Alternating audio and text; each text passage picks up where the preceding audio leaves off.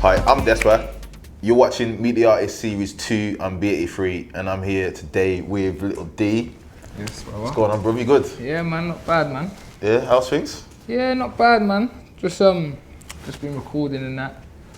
Just got an EP coming out soon called The Great Escape. It's just gonna be for iTunes only.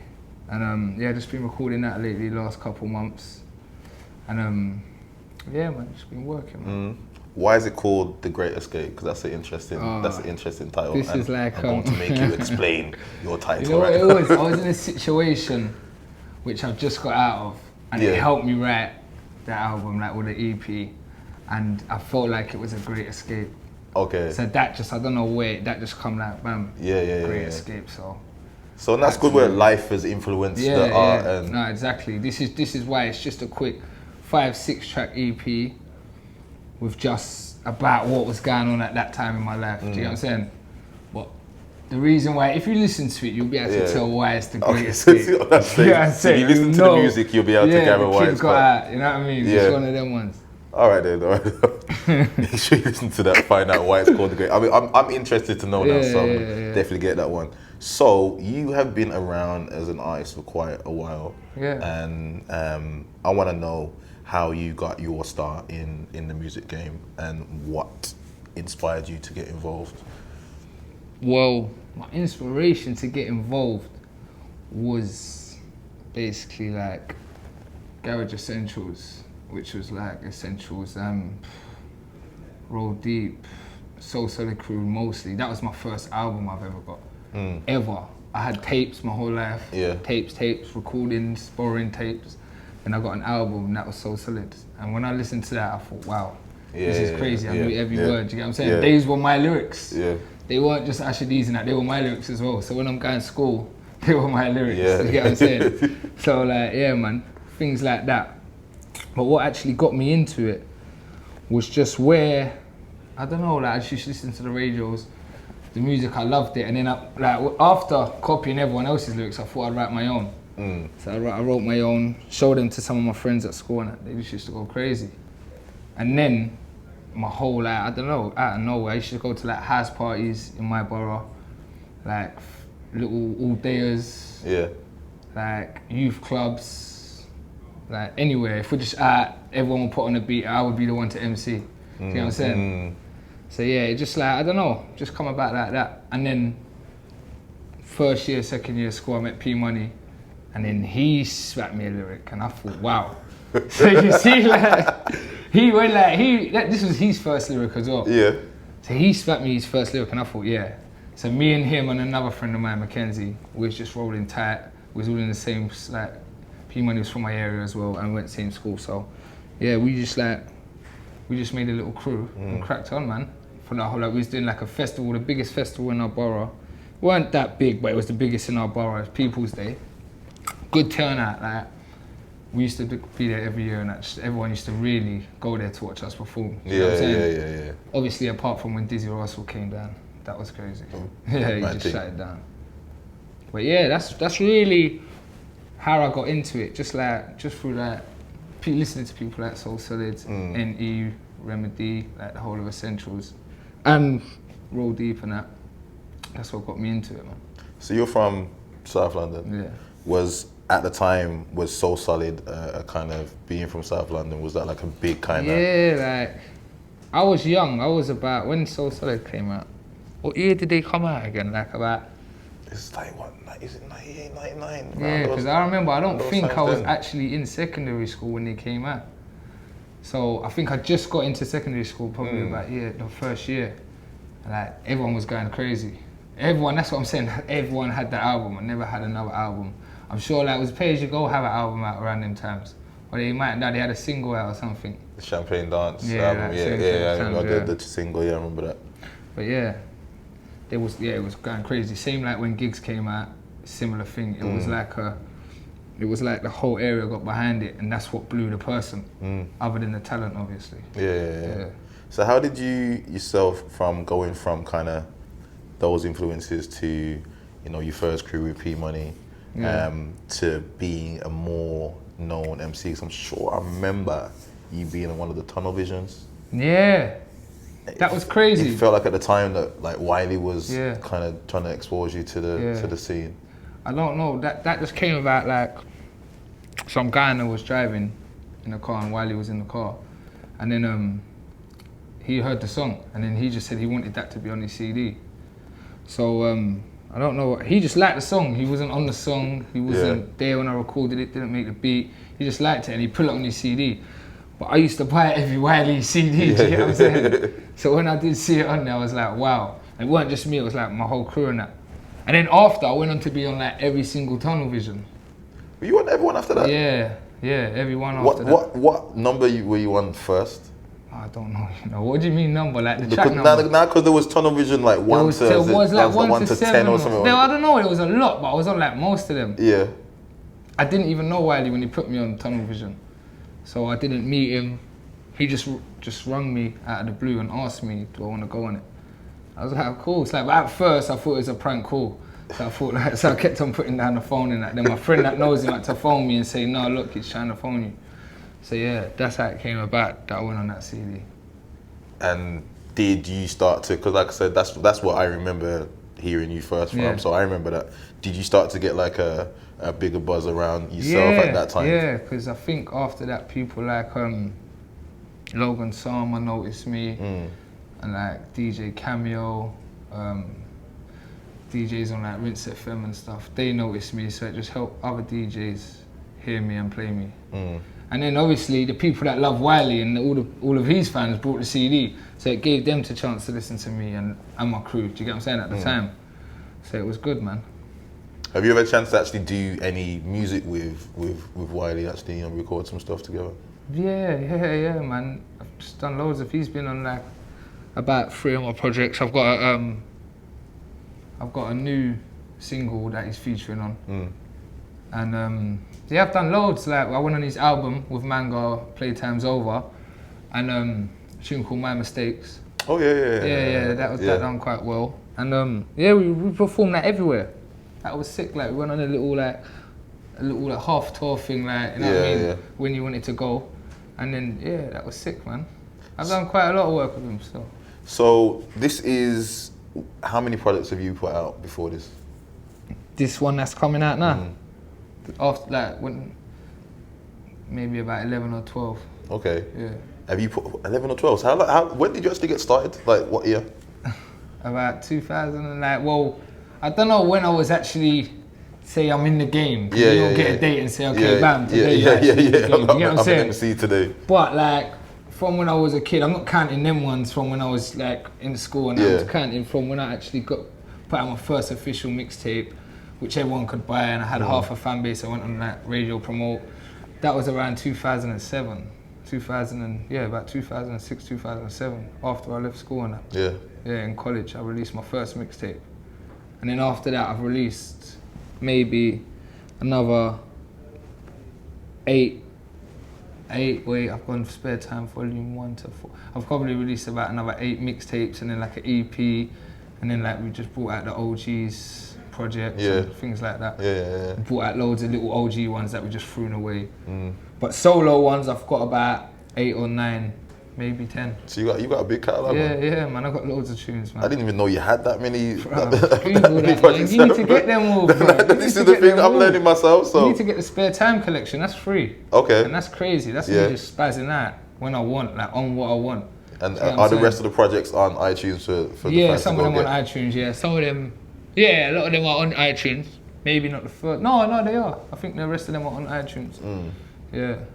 So if you were to describe yourself as an artist, especially somebody that's put out such a large body of music, how would you describe yourself as an artist? If you were going to say yourself to a fan, this is what you're going to get from listening to Little D, how would you describe yourself? I'm just an artist that, when I make music, it's just my feeling at the time.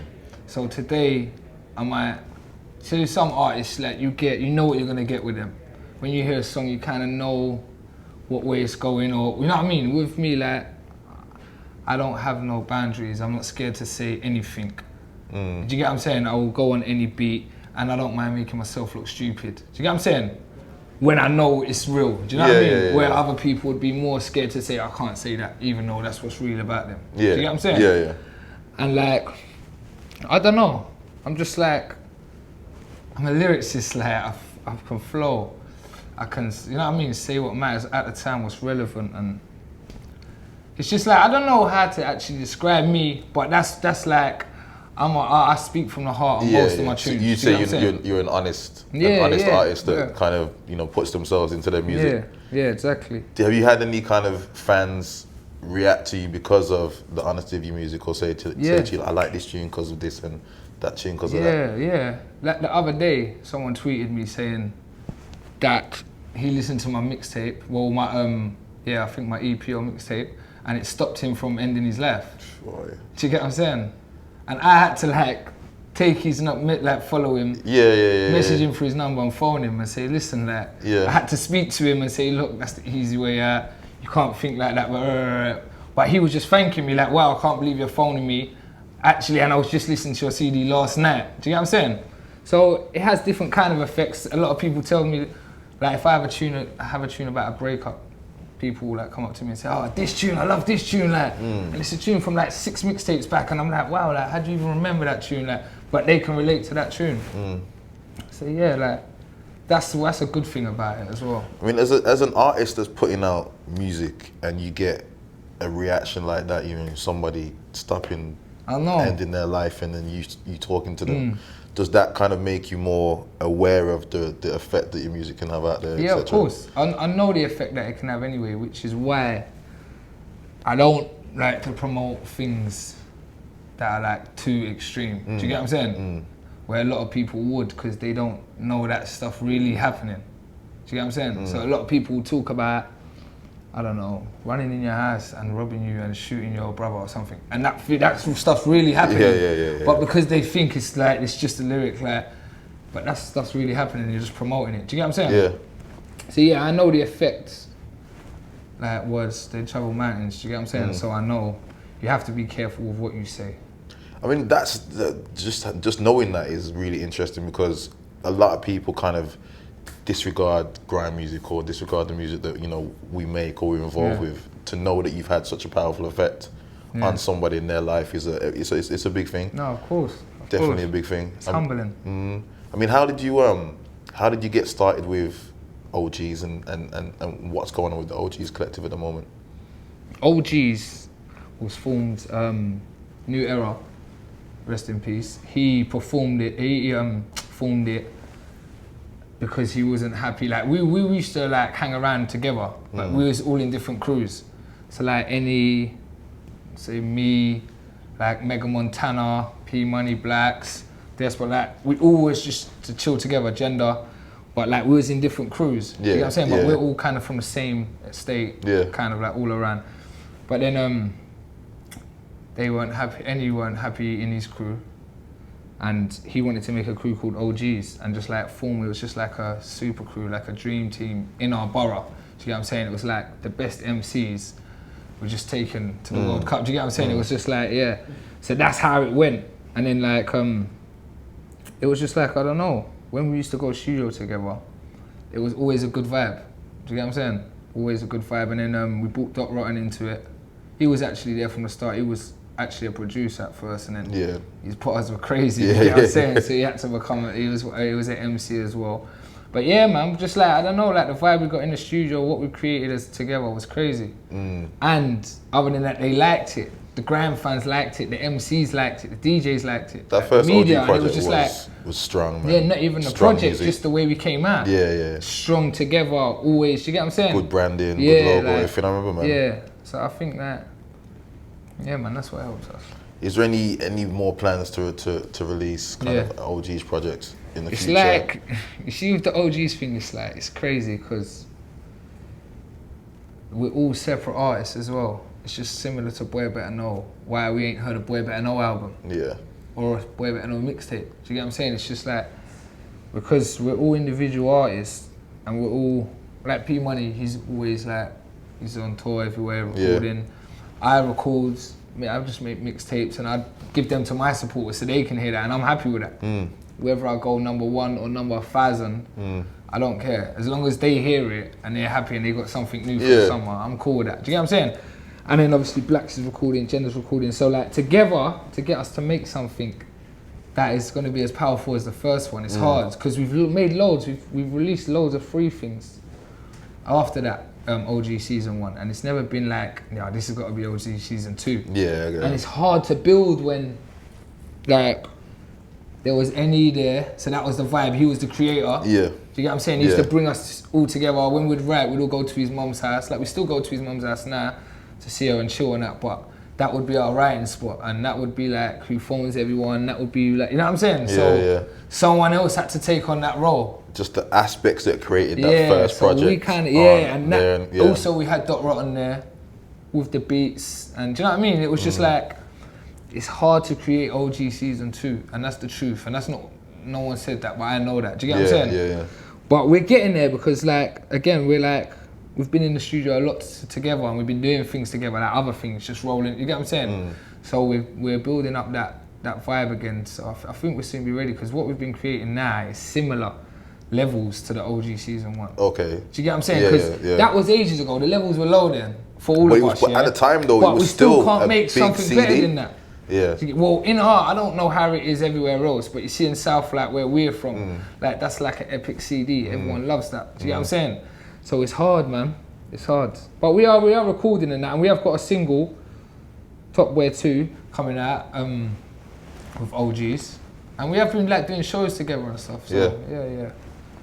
That's still strong, man. All right. Well, it's interesting to hear you say about how you approach the music in terms of, you know, you're cool with making the mixtapes and giving it to supporters, whether you go number 1 or 1,000.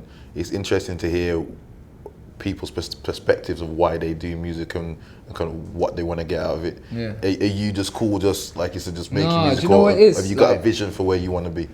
Like, I'm like, with that, like, I'm an emotional wreck. There'll be one day I feel like I need to have a deal and I need that machine to make me who I am, yeah? But then there's other days I feel like I know the levels, and then I listen to everyone and I feel like I'm happy knowing in myself I'm good. Do you get what I'm saying? And that's just not just like being big-headed or anything, but that's just listening to the levels. Because I listen, I'm a fan of the game as well. Do you get what I'm saying? I'm happy with my fans downloading it, even if it's for free, and just going, yeah, this tune's sick, or that tune's sick, or people coming up to me out, spitting my bars at festivals, or singing along to them. Do you get what I'm saying? I'm happy with that. But then there will be days when I wake up and I need the machine. Do you get what I'm saying? Yeah. I'm sick of it, like, because a compliment won't pay my car insurance. A compliment won't pay my phone bill. A compliment won't pay my rent. Do you get what I'm saying? So it is good people thinking you're good. So I feel like I'm happy I will die as an MC, and I feel like I'm happy with what I've made, even if I die today. But it is good, man. You do need the money. That helps as well. Yeah. But I know where I want to be musically. I'm not lost in that sense. Like, I'm not like, oh, I feel like I want to be like Tiny Temper, or okay, Meridian Dan just made German Whip. I feel like I don't want to, not feeling like I need to be like Meridian Dan now, or Tried it, or do you get what I'm saying? Wiley or Skepta. I'm happy with the music I make. So in that sense, I'm cool. I mean, looking at the success of German Whip, obviously he did have a machine behind him to get it to where it got to. But it did start kind of naturally as a tune that people liked. Do you feel like the game is now more kind of accessible in that way, that you can put stuff out and it could grow from? Yeah, but I feel like music's too like temporary now. Like tunes will come and go quickly. Do you get what I'm saying?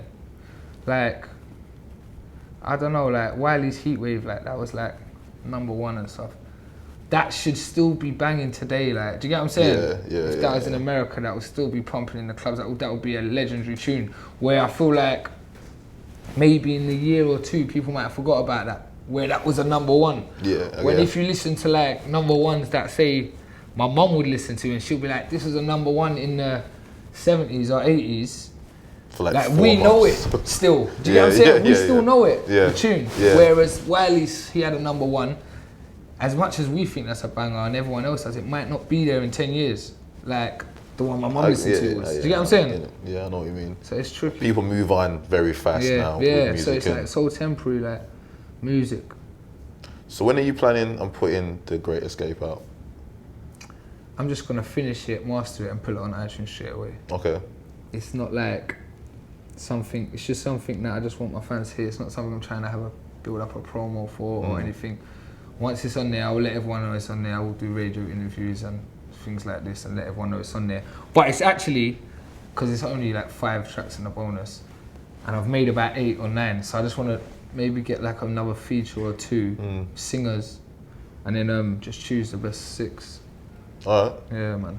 So that and that will like as soon as it's finished, it'll probably be up next week. Like, all right, the artwork's cool. getting done as we speak. The artwork's crazy as well. Like, so being as we don't have a date for that, because I want to hear that project, and people out there will probably want to hear that. Where can they follow you and keep in contact with yourself? Yeah, you can Twitter me on Little D Music, or like follow me on Instagram, or I'm actually launching my website littledmusic.com, and yeah, man. All right then, bro. I'm actually gonna have a what's it called as well for that, like a for the Great Escape as well. I'm gonna have a launch night. Okay. So I'm gonna be launching the CD and the website. So yeah, so it's just gonna be like a lot of industry people, like media people, whatnot, DJs, and I'm just gonna invite like 20 to 25 people from my Twitter to do a little competition and bring them down there. I'm just gonna perform it and bring some like artists to come and perform and just have a good night, man. Chill out. And sounds good. Make sure you follow me on Twitter then. If you're saying that you're gonna bring some people from the Twitter, definitely. make sure you follow me on Twitter and make sure you look out for that project because I'm interested to see what that sounds like. Yeah. All right, bro. Thank you for coming in. Good for having me, man. No problem, bro. Take care, bro. That's another episode of Me the Ice. Almost forgot what I was gonna say. You're watching be83. I'll catch you next time. Bless.